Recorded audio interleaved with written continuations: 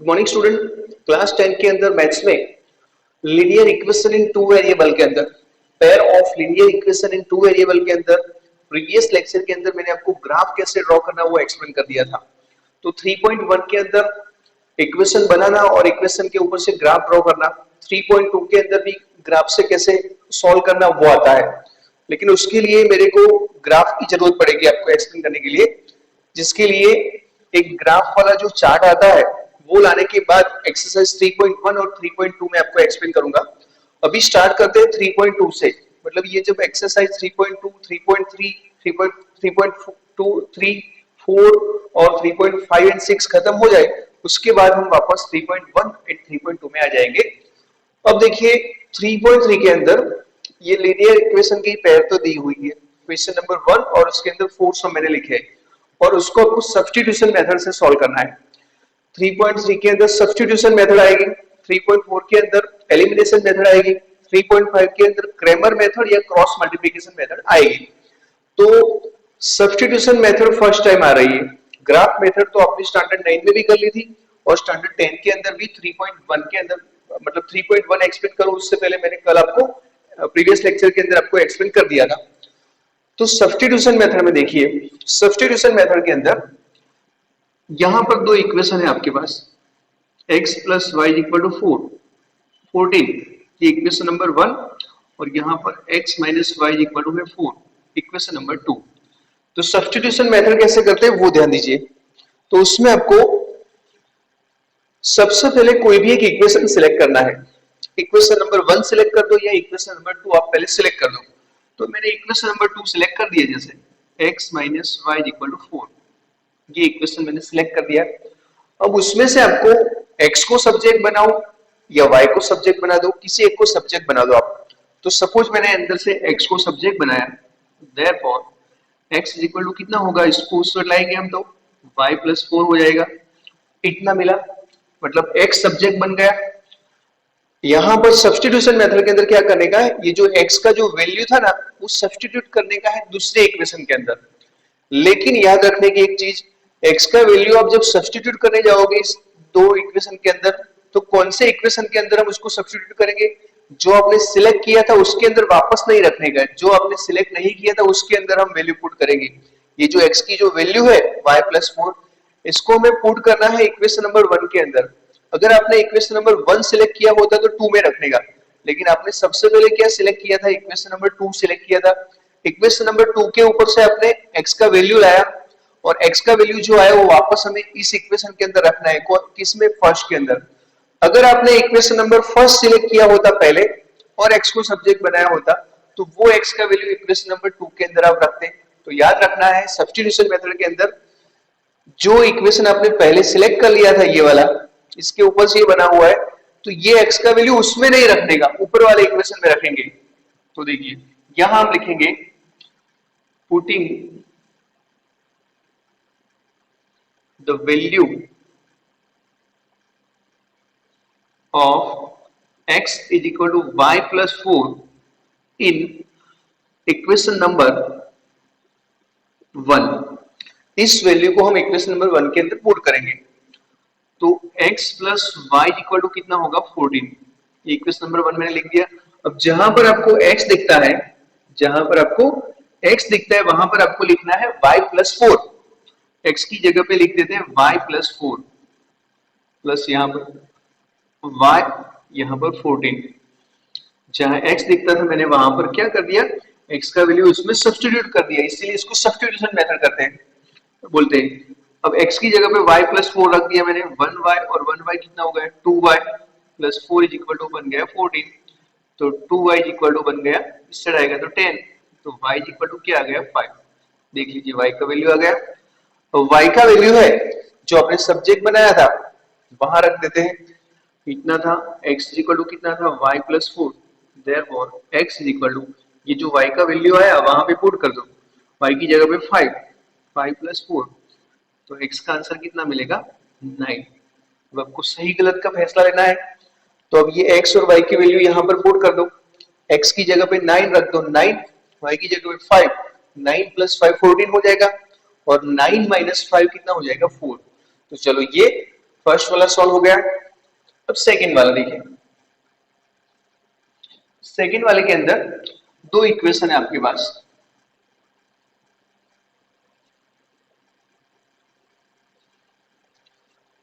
या तो फिर पहले लिख दो, फिर यहाँ पे स्पेस हमें कम पड़ेगी, लिख दो पहले।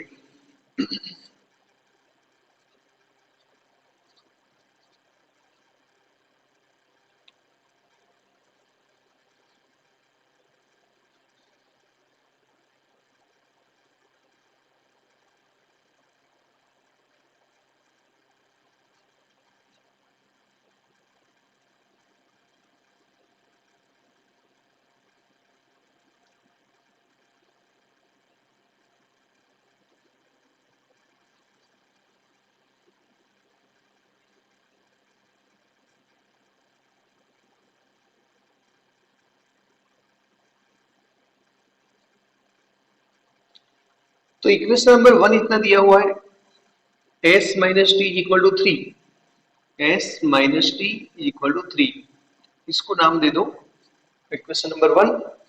और यहां पर इसको थोड़ा सिंप्लीफाई कर दो, s minus 3 plus t by two equal to 6, cross multiplication करेंगे तो 2s प्लस यहाँ पर 3t, नीचे आएगा 6 इज इक्वल टू 6, तो 2s plus 3t is equal to हो जाएगा 36।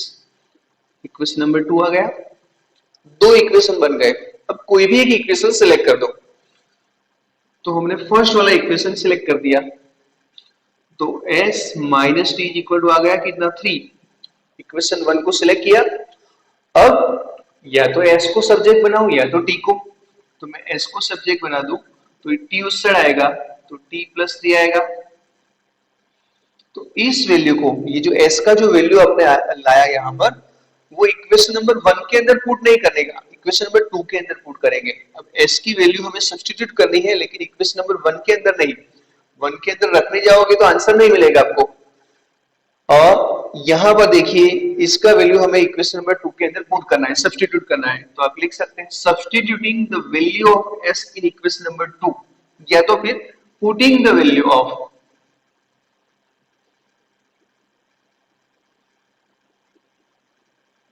putting the value of s is equal to t plus 3 in equation number 2। Equation number 2 के अंदर हमें वैल्यू पुट करना है। तो इक्वेशन नंबर 2 क्या था, 2s plus 3t is equal to 36। अब जहां पर आपको s दिखता है वहां पर आपको t प्लस 3 लिख देना है। ये 2 एज इट इज, जहां s दिखता है वहां पे हमें लिखना है t plus 3 plus 3t is equal to 36। Multiply करेंगे तो 2t plus 6 plus 3t is equal to 36। यहाँ पर कितना होगा, 5t plus 6 is equal to होगा 36। तो 5t इज इक्वल टू, ये उस साइड आएगा तो 30, तो t इज इक्वल टू कितना मिलेगा 6। अब इस वैल्यू को कहां पुट करेंगे, ये जो हमने ब्लॉक किया था उसके अंदर, इस वैल्यू को यहां पुट करोगे तो s का वैल्यू मिलेगा। तो s इज इक्वल टू था t प्लस 3 था, तो s equal to 6 plus 3, therefore s is equal to कितना मिलेगा 9। अब ये सम सही है कि गलत है, तो आपको s का वैल्यू यहां पुट करना है 9, और 9 माइनस 6 कितना होगा 3, और यहां पर 9 बाई 3 होगा 3, और यहां पर t कितना था 6, 6 बाई 2 होगा 3, 3 प्लस 3 6 हो गया। मतलब ये आंसर दोनों इक्वेशन को सेटिस्फाई करता है, इसीलिए वो इसका सोल्यूशन है। लिख लीजिए।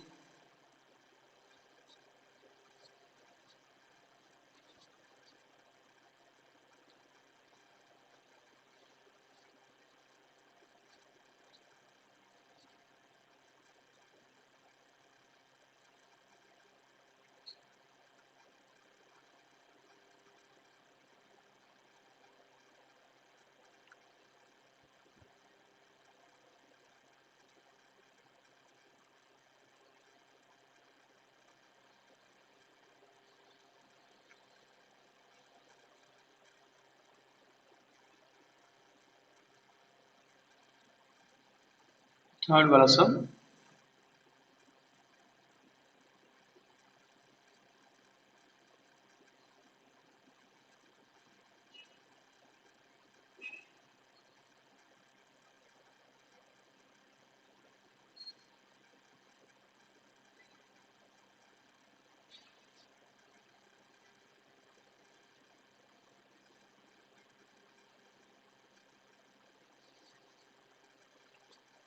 3x minus y 3x minus y is equal to 3।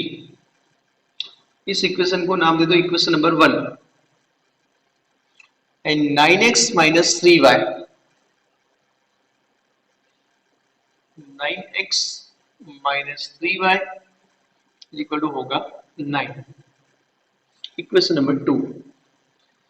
यहां पर एक चीज समझ लीजिए, मैंने आपको वो स्टेटस चेक करने का एक्सप्लेन किया था कि अगर ये दो लाइन है, दो लाइन इंटरसेक्टिंग लाइन है या पैरेलल लाइन है या कोइंसिडेंट लाइन है, तो कैसे पता चलता है? तो आप इसका रेशियो चेक करते हैं ऐसे। तो 3/9 क्या होगा? 1/3। माइनस और माइनस कट हो गए, यहाँ पर 1/3। यहाँ पर 3/9 क्या होगा? 1/3। मतलब ये सारे रेशियो इक्वल हो गए। तो मतलब क्या हुआ? ये दोनों लाइन तो कोइंसिडेंट लाइन होगी, एक लाइन के ऊपर दूसरी लाइन होगी, ऐसा होगा। इनफाइनाइट सॉल्यूशन मिलेंगे।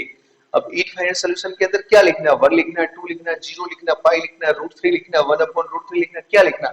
इनफाइनाइट सॉल्यूशन इसके होंगे। अब देखिए, वो तो ये स्टेटस से पता चला, ग्राफ ड्रॉ किया होता तो इसका ग्राफ एक लाइन के ऊपर दूसरी लाइन आता। लेकिन सब्स्टिट्यूशन मेथड में उसकी साइड इफेक्ट, वहां एरर कहां पे आती है वो देखिए। जब भी इनफाइनाइट सॉल्यूशन होंगे तो उसकी आगे काउंटिंग करते करते जाएंगे हम सब्स्टिट्यूशन मेथड में, तो कहां जाके एरर आएगी वो देखना। यहां पर आपको पता तो चल गया कि इस इक्वेशन के इनफाइनाइट सॉल्यूशन होंगे। तो इनफाइनाइट सॉल्यूशन को लिखेंगे कैसे? या तो फिर काउंटिंग करते करते गए तो आगे जाके क्या होगा, प्रॉब्लम होगी, वो देखिए। वैसे तो ये दोनों इक्वेशन भी एक जैसे हैं। अब इस इक्वेशन को 3 के साथ डिवाइड कर दो तो ऊपर जितना हो जाएगा, या तो फिर उस इक्वेशन को 3 के साथ मल्टीप्लाई कर दो तो इसके यहाँ इक्वेशन नंबर 2 जितना हो जाएगा। तो मतलब दोनों इक्वेशन सेम है। तो सब्स्टिट्यूशन के अंदर कोई भी एक इक्वेशन सिलेक्ट करते हैं। सपोज मैं फर्स्ट वाला इक्वेशन सिलेक्ट कर दूं, तो 3x minus y is equal to 3। किसी एक को सब्जेक्ट बना दो, मैं y को सब्जेक्ट बना दूं तो y उस साइड आएगा। तो y is equal to 3x minus 3 आ गया, y को उस साइड लाया, 3 को उस साइड। इस वैल्यू को हम पुट करेंगे, ये जो वैल्यू है, putting this value in equation number, कौन से नंबर के इक्वेशन के अंदर? सेकंड नंबर के इक्वेशन के अंदर पुट करना है। तो सेकंड नंबर का इक्वेशन हम लिखते हैं यहाँ पर 9x minus 3y is equal to 9। Substitution method में एक ध्यान रखना है हमें कि जो इक्वेशन आपने सिलेक्ट किया ना, ये वैल्यू वापस उसमें नहीं रखने का, दूसरे इक्वेशन में रखेंगे। चलो यहाँ पर 9x एज इट इज, देखिए क्या साइड इफेक्ट आएगी, मतलब यहाँ एरर क्या आएगी देखिए। 3 जहां y दिखता है वहां पे आपको लिखना है ब्रैकेट के अंदर 3x minus 3 is equal to 9। तो यहाँ होगा 9x minus 9x plus 9 is equal to 9। अब देखिए, ये प्लस 9x और माइनस 9x कट हो गए तो क्या मिला? 9 is equal to 9। यहाँ तो x सब्जेक्ट ही नहीं बना, y भी सब्जेक्ट नहीं बना, जिसको फाइंड करना चाहते थे वो ही कट हो गया और 9 is equal to 9 आ गया। अब आपको पता है 9 is equal to 9 तो होता है, वो तो रियलिटी है। 9 is equal to, अगर 9 is equal to 8 आया होता तो वो गलत चीज होती। गलत चीज होती ना तो फिर वो लाइन पैरेलल होती, मतलब क्या होता, उसके नंबर ऑफ सॉल्यूशन नहीं मिलते यहाँ पर अगर ये दोनों इक्वल नहीं आते तो। लेकिन 9 is equal to 9 वो तो रियलिटी है, वो तो होते ही है। तो यहाँ पर आप x की कोई भी वैल्यू पुट करोगे, सपोज 1 पुट किया तो यहाँ 1 यहाँ 1, तो 9 और 9 कट, तो भी इस इक्वेशन को सेटिस्फाइड करते हैं। 2 पुट करोगे तो कट हो गए, तो भी इस इक्वेशन को सेटिस्फाइड करते हैं। 3 पुट करोगे तो भी इस इक्वेशन को सेटिस्फाइड करेंगे, ये कंडीशन को सेटिस्फाइड करते हैं। यहाँ पे 4 पुट करोगे 5, तो वो तो कट हो जाएंगे। x का और y का कोई भी वैल्यू रखोगे तो कट हो जाएगा, वो किसी पे डिपेंड नहीं करता। इसीलिए उसके बहुत सारे इनफाइनाइट सॉल्यूशन होंगे। तो यहाँ पर लिखेंगे therefore these line, therefore या तो फिर लिखेंगे therefore above lines are coincident line.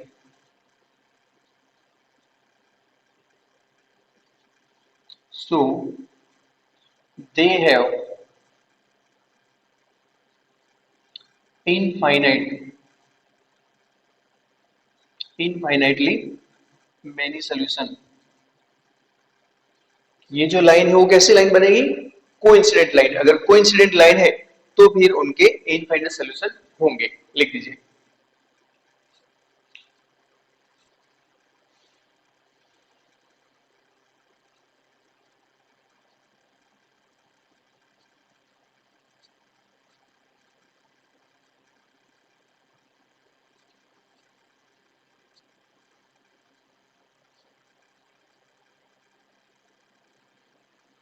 Question number 4.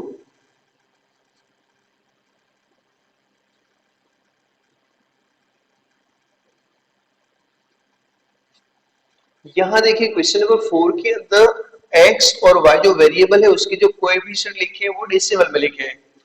तो यहाँ पर डेसिमल में लिखे हैं तो ये भी 10 प्लेस पे है, 10 प्लेस पे, ये भी 10 प्लेस पे, यहाँ पर भी 10 प्लेस, यहाँ पर भी 10 प्लेस और यहाँ पर भी 10 प्लेस है. तो एक काम करते हैं, फर्स्ट वाले इक्वेशन को 10 के साथ मल्टीप्लाई कर देते हैं. जैसे इतना दिया हुआ है 0.2x plus 0.3y equal to 1.3. इस इक्वेशन को अगर आप 10 के साथ मल्टीप्लाई करेंगे तो ये पॉइंट कट हो जाएगा, तो 2x ये भी कट हो जाएगा, तो 3y इक्वल टू 13. इसको नाम दे दो इक्वेशन नंबर 1. वैसे यहां पर इतना था 0.4x plus 0.5y equal to 2.3 था. सबको 10 के साथ मल्टीप्लाई कर दो, 4x plus 5y equal to 23. Equation number 2. अब कोई भी एक इक्वेशन सिलेक्ट कर दो. तो फर्स्ट वाला इक्वेशन मैं सिलेक्ट करता हूं 2x plus 3y equal to 13. ये इक्वेशन आपने सिलेक्ट किया. सब्स्टिट्यूशन मेथड के अंदर कोई भी एक इक्वेशन सिलेक्ट करना है. अब उसके अंदर से या तो x को सब्जेक्ट बनाओ या तो y को. सपोज मैं x को सब्जेक्ट बना दूं तो 2x इक्वल टू कितना होगा 13 माइनस 3y. तो x इक्वल टू कितना होगा 13 माइनस 3y बाई 2.